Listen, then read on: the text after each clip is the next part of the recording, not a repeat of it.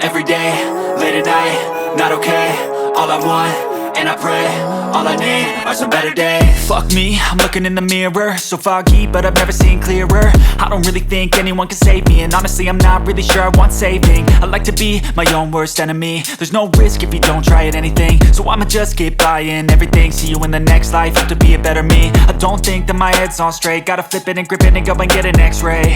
What's wrong with me? I just feel weight pushing on my chest and it squeezes till I suffocate. Better change my mindset, meditate. It's pretty cool that I'm alive and have better days. I could walk, see, hear, I should celebrate. Think I could change my mind, maybe elevate. Living life, every day, late at night, not okay. All I want, and I pray, all I need are some better days. Yeah, all I need are some better days. Cause all I want, and I pray, I believe in the better days. I'm kinda stuck between a rock and a hard place. Do I work hard, or live it?